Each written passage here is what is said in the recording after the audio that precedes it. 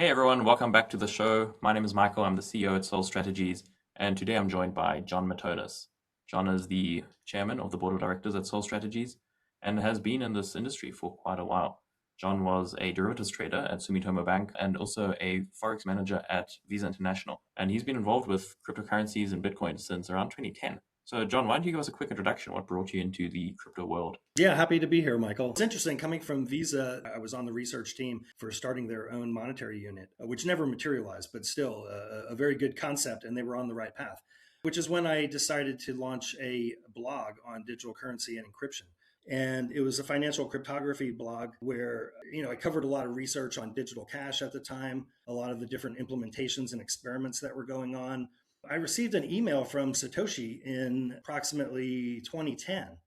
He was saying that he had read some of the articles on my blog, some of the posts, and he was encouraging me to get into mining. That is what started me down the path of Bitcoin, and eventually leading to the Bitcoin Foundation. I became a columnist for Forbes magazine shortly after the Satoshi email, researching and writing about every single aspect of Bitcoin that I could get my hands on. And this was at a time when there were no articles on Bitcoin. I was producing roughly one a week for Forbes magazine and attempting to, control the positive narrative around Bitcoin, which I felt was very important at the time. Spread the gospel. Spread the gospel, emphasizing the good part, which I think is very necessary. And eventually meeting the other co-founders of the Bitcoin Foundation, who were at that time looking for somebody who did have that media background and was able to help with the narrative. Which is really interesting because Soul Strategies, where we are now, is a public company. And in many ways, our role is really as an advocate for the Solana blockchain and to be a cheerleader and to enable more and broader access to that Solana blockchain for investors. Taking a step back and looking at your kind of journey from 2010 onwards after co-founding the Bitcoin Foundation, how did you eventually end up with Solana and what was that journey like? The journey for me took place when I was introduced to some very intriguing projects on the Solana blockchain. The first one being Mango Markets. That project demonstrated very quickly that you could do this functionality and achieve this functionality on a single layer one blockchain, and you could have the efficiency of financial transactions at scale with a very robust feature set. The other project is called Friction with a K instead of a C. And Friction is basically a decentralized option vault. DOVs are what they're called. And I see them as precursors to ETFs in the DeFi world, because you're essentially able to create and construct a vault around a strategy and have deposits and withdrawals from it with reporting requirements and income statements and everything else that you'd get from a traditional mutual fund investment. And I still see Bitcoin and Solana coexisting. It's not leaving one and going to the other. They're purpose built for different things. And Bitcoin will obviously end up being wrapped on Solana. It already is, and it's been many times. But that's where Bitcoin and Solana will intersect, mostly as a wrapped asset on Solana, because it has so much more in terms of what it can achieve in DeFi. Talking about just blockchains in general and cryptocurrencies, what about the technology do you think is really interesting or important? Why should we care about Bitcoin or Solana or any of these cryptocurrencies versus just using our regular bank accounts? Yeah, a lot of times Bitcoin and Solana are not going to be exactly comparable, but I believe in this one important area that they are, and that's the permissionless nature. Solana is a permissionless blockchain. It's also censorship resistant blockchain. And the challenge for the Solana Foundation and for the community is to make sure that it remains that way and to vigilantly guard and protect that delicate balance because decentralization essentially it's on a spectrum. It's not like you're decentralized or you're not decentralized. There's shades of decentralization. Those attributes are what I see it as having in common with Bitcoin, even though a lot of the applications are vastly different. And so just for the viewers, just to explain that a bit more, when we say permissionless, what we're saying is that anyone can come and build something on these networks. And Solana, obviously being a smart contract network, is more conducive to being built upon. So anyone can come and do that. There's no one you have to ask for permission. You don't have to apply anywhere. You can just do it. And when we talk about censorship resistance, the really important piece there is that no one can stop you from transacting. A government cannot ban you or censor you. Banking regulator can't block your account or freeze your funds. And those are really important qualities that some of these layer 2 blockchains may not have, where they run on a single server that is operated by their sponsor, so to say. So you have, big cryptocurrency exchanges that launch their own layer 2 blockchain that ostensibly uses blockchain technology. It has a ledger.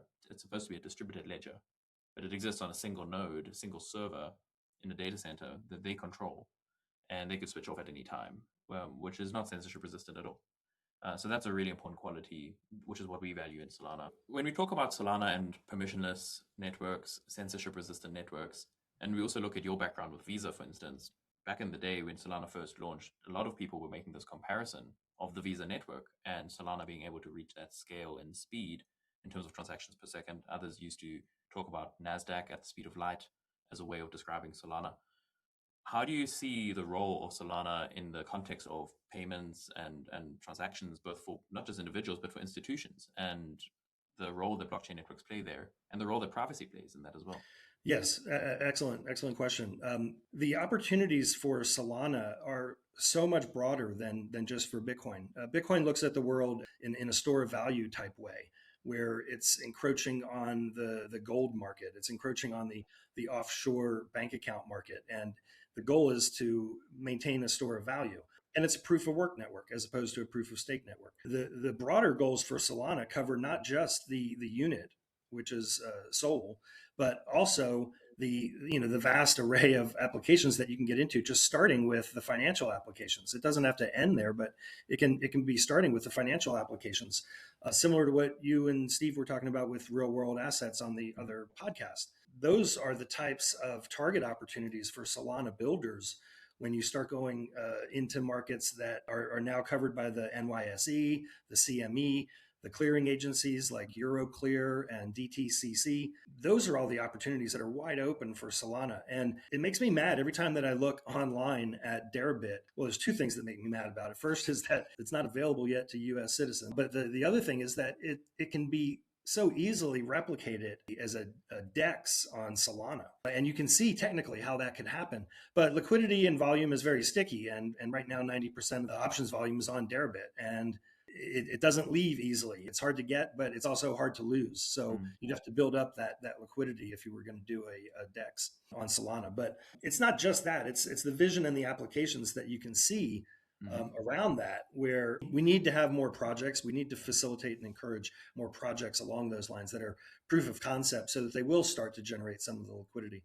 Yeah, I think we're seeing more and more of that, but there's still so much to go. I mean, when I look at Solana, what I'm really envisioning is truly the global financial system that can operate in a single place. You mentioned the NYSE, the NASDAQ, the CME. All of these are exchanges that operate in very centralized single locations and have limited markets as well. And the value with Solana is you can have basically a bank account that works everywhere in the world, that is accessible by anyone anywhere in the world, that can access every financial platform anywhere in the world, all in one place. That's so valuable, where we lose these barriers and boundaries that currently exist between economies. And that takes us back to that word economy, right? Which is really where a lot of people, I feel, look at Solana, Ethereum, and all these smart contract blockchains. And what they're looking at is the token that underlies it, Sol, ETH, etc. But the tokens kind of don't matter that much. What really matters is this economy of applications and users transacting with each other. And how do they capture value? What is the GDP of the blockchain? And that's really what's most exciting to me, where I think the most growth is going to lie over the next 5 to 10 years, where we're going to see the actual underlying base token kind of become a little less relevant. Not irrelevant at all. It's still going to capture value. But the much bigger, interesting piece is how does the actual economy of businesses on the blockchain grow over time? And that includes options, RWAs that you mentioned, is a massive growing market. With the Clarity Act in the US, hopefully we get much better regulations around that in the future. I think that there are a lot of teams that are building solutions, options platforms, DEXs, all kinds of trading platforms that are probably in sort of a holding pattern right now, waiting for that clarity. Yeah, exactly. Here's the parallel, because that's why it's so exciting for Sol Strategies as a pure play stock opportunity, a pure play on the Solana infrastructure. I mean, because we're at an equivalent spot now with real world assets and other things that we're able to accomplish on the blockchain. We're at a similar spot to where we were in the early 70s when the CME started creating currency futures. Nobody would trade currencies before because their rates wouldn't change before the early 1970s. We were still on a Bretton Woods standard. But when that standard went away, and the US dropped out of the gold standard, we had floating exchange rates. And the CME pioneered all of that. It was an explosion, a Cambrian explosion of currency futures contracts. And I think that we're at that similar point when you start seeing other things that are going to be coming on chain. And it's really going to come down to, which chain. It's exciting to be at a pure play Sol strategies. Yes, absolutely. And the chain that's going to dominate is, in our view, going to have to be permissionless, censorship resistant, and be able to have that universal capacity. Exactly. And there's not many contenders for that. Let's talk about privacy a little bit. So Sol Strategies has been focused on the Solana ecosystem for about 2 years now. We've established a strong cohort of infrastructure products and touch points through our validator network. We operate 4 proprietary validators, 2 white label validators, and a liquid staking token. So through that, we have a really strong integration into the core of the network. This year, we've acquired Darklake, which brings in really valuable zero-knowledge technology. And last month, we acquired Houdini Swap, which is a private swap aggregator that incorporates over 100 different blockchains, and about half of its volume in the last 12 months occurred on Solana. What is the importance of privacy in blockchain, and why is this something that we're investing in as a company? Yeah, well, I want to back up a second just from talking about how we're using privacy applications within Sol Strategies, because that's at the institutional level. I think when the average retail user thinks about privacy, they're thinking about it mostly in the payment applications and the cash applications. So when Bitcoin was first launched, I encouraged people to think of privacy around Bitcoin as the same way as they would think about privacy around the paper cash that's in your pocket. It should be no different, and we should treat it no differently just because it's electronic rather than in paper form in your pocket. And those attributes are things like a payment finality. Once you hand somebody a $100 bill, the transaction is considered cleared and settled, and you have finality. The transaction can't be reversed. The transaction is private. There was no KYC, and there's no censorship on it, where no one is blocking what you can spend it on, who you can spend it with, or how many times you can spend it at what limits. We get away from that core concept of just basic financial privacy when we make the leap from paper cash in your pocket or in your wallet to electronic cash that's on the internet or on your phone. There's no reason that you have to give up any of those privacy attributes just because you've gone to an electronic form. So that should be the starting point. And we shouldn't have to defend those or feel bad that we want the same attributes that we have with paper cash, because what you're really saying then is that you'd be comfortable in a world where people were recording serial numbers of your paper cash every time you used it. And that's just not realistic. That's not the world that we want to compare it to. So there's privacy around the transactional payment use of a monetary unit. And then there's also the privacy around transactions, where institutions might want to be shielded from the activities that they're doing in a linked fashion with other blockchains, or even being able to put in orders and have those sophisticated orders not be seen by everyone in advance or even retroactively on a chain. And you mentioned the Darklake acquisition and the many applications for that technology. This also shouldn't be strange to people, and it shouldn't be strange to companies, because there's dark pools happening every day in the TradFi markets with the clearing of stocks and the stock trades. It's about 40 to 45% of the volume in equities. Darklake wasn't just a name that was snatched out of the air. I mean, it's related to the dark pools that already exist in the financial markets. Absolutely. And that's something a lot of people don't realize, is when you're transacting on a blockchain, when I send you $100 on Solana or on any blockchain without any protections, you can go and see what wallet I sent that from, and you can go and see everything that's in that wallet. It's the same as every time I transfer you or write you a check from a traditional bank account, I'm handing you my bank statement with it. And you can see everything else that I'm buying, everything else that I'm spending my money on, and the other counterparties that I send money to or receive money from, potentially my employer, and how much money they have. That's one critical piece. And the other, like you say, is the transactional piece, which is more complex and more obscure to a lot of people. When you're transacting, you don't want everyone to see not just what your transaction is at a high level, but the specific parameters. So you're saying, oh, I'm going to trade $100 for Sol, and I'm willing to accept exactly this much margin or this much slippage. And that being public will ensure that you always get the worst price execution. No, that does not have to be public information, and privacy does not necessarily mean secrecy. There are two different concepts. You can have privacy from the public on the things that you're talking about, but at some point your bank is is going to know certain transactions, but that doesn't mean that is publicly accessible data like it would be on a blockchain. Absolutely. And it's the same with institutions. And as more and more institutions come on chain, they're going to demand privacy as a first order quality of their transactions. Well, or they won't be coming on chain. The opportunity now is there's a standards battle going on for which privacy technologies will dominate on the Solana blockchain, and it's exciting to be a part of it, but it's early days. It's like when there were 11 different email protocols that were battling it out for who was going to be the winning email protocol. That's essentially where we are now for privacy on the Solana blockchain. Projects have to get up and running. The projects have to generate user base and liquidity, and the market will sort out which ones are used. But I can guarantee you that it won't be a world without that privacy. Well, what's also interesting, I think a lot of people don't realize, is how much the actual Solana blockchain technology itself is evolving. The Solana of 12 months ago didn't support a lot of the privacy primitives that it does today. And there are more changes expected in the next 12 months that will enable more types of encryption, more types of zero-knowledge cryptography.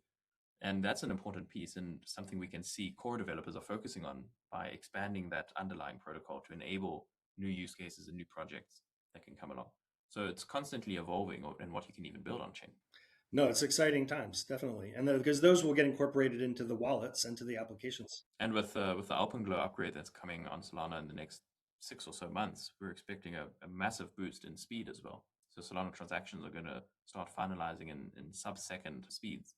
So for this transactional use case, that's also just really important to have that really rapid finality, as opposed to right now where it's 12 seconds. No, absolutely. I think it's important to point out also a lot of the messages and the information that Houdini Swap puts out around privacy. Because when you say privacy is not necessarily secrecy, at some point along the way, the Houdini Swap will be an aggregator with an exchange. The exchanges may be doing their own certain checks on KYC, and they're doing their own checks on the history of some of the cryptocurrencies, but that's up to the exchanges. It's not necessarily up to Houdini. And Houdini Swap, by removing the links between blockchains, gives the users control over at least that element of the transaction space, and that's very important.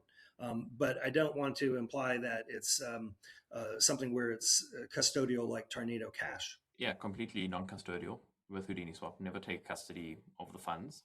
And I think it's really important to be able to offer this private, it's not just swapping, right? You can have an in and out currency that's the same. So you could use Houdini Swap to send USDC in and out without swapping between different currencies.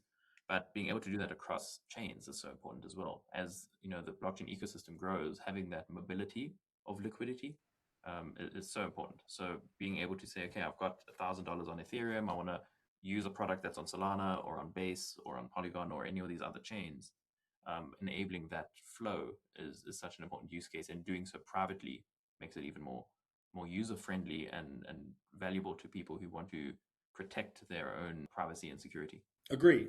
And the user defines that level of privacy, which keeps it in the user's control. And then that's important as well. Yeah. So as blockchain systems are evolving and we're seeing more and more acceptance by governments around the world, something that everyone is looking to in the industry is the Clarity Act in the US Senate and how that is evolving. Odds of it passing on Polymarket have been up and down. I think last I looked, I saw it in the 30s for it passing this year. I don't know what insiders are trading on it and if that number is accurate at all.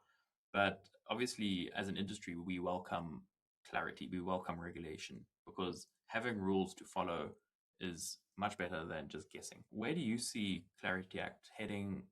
How important is it really? What do you think it's going to unlock? Yeah, I'm surprised that Polymarket has it that low. It used to be at 70. Personally, I have it at 50-50 now, where I did used to have it at 70.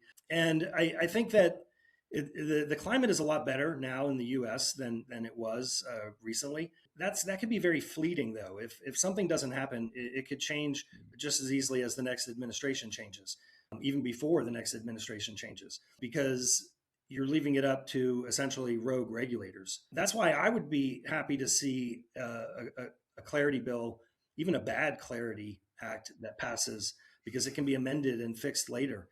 A bad one would be preferable to none at all. And I say that because I'm not even coming from a regulatory background. I mean, I despise regulation in a lot of other areas. But in this specific case, with the definitions between the CFTC and the SEC on who's going to control and regulate which type of digital asset, if you leave it with nothing, it's not only bad for the US, but it's bad for any company that's building in the US, because you're essentially leaving it up to any rogue regulator. And we just got done with the reign of Gensler. We don't want to get into another situation where there's an individual commissioner at the SEC or CFTC that starts to take it upon themselves to define what the regulation arbitrarily should be. So that's why I say it could be very fleeting if we don't put something in place. There's two reasons, though, two key reasons that the US government should want this, and the legislators should want this, because it's not really a partisan issue. It doesn't have to be a partisan issue. It's a business issue, pure and simple, for the US. And the two main reasons that I see on why they would want it, even more so than why the industry would want it, is we need to prevent the environment for the possibility of another FTX episode, which was brought on by encouraging not only the operator to go offshore, but all of the U.S. customers that followed them offshore, was precipitated by the lack of any strong regulatory environment in the U.S. for something like FTX to function. So we'd be dramatically reducing the future episodes of that. The second core reason would be any regulator worth his salt would want to have the exchange volume to be visible to their surveillance. And the best way to do that is to have it in your own jurisdiction. If you don't start attracting these exchanges into your jurisdiction, a lot of the crypto world is going to be black to you. It's going to be dark to you. The number one way to encourage that is to get the exchanges and the activity and the volume in your jurisdiction. Those are two self-serving ways that I can't see why they wouldn't get behind it. But I do have a reason, I think, why it's down to 30%. Personally, I think it's because of the episode with Trump Coin. And I'm sad to say that was on the Solana chain. But I didn't like it when it started. It was the wrong image to have in crypto. And I think that the reason it stalled in the Senate, even though it's passed in the House, is because there's nobody that really wants to put it out there and attach some kind of a rider to it, where President Trump and his family can't have crypto coins like Trump coin and Melania coin. Because they know he won't sign it if it has that, and they don't want to put it forward without having something like that. So there you go. That's why it's stuck before the election. But I hope something happens. No, it's so important for it to move forward, because the rest of the world kind of assimilates regulation from the United States, right, ultimately. And right now, there's so much gray area and confusion. Yeah, they'll go to Singapore, they'll go to Gibraltar, they'll go to Dubai. It's very, very naive to not pass it. And then users are not only not protected, but having to use VPNs and all kinds of workarounds to get access to these platforms, because users ultimately will find a way. So just to make the whole industry and DeFi ecosystem more accessible and working better is so important. Exactly.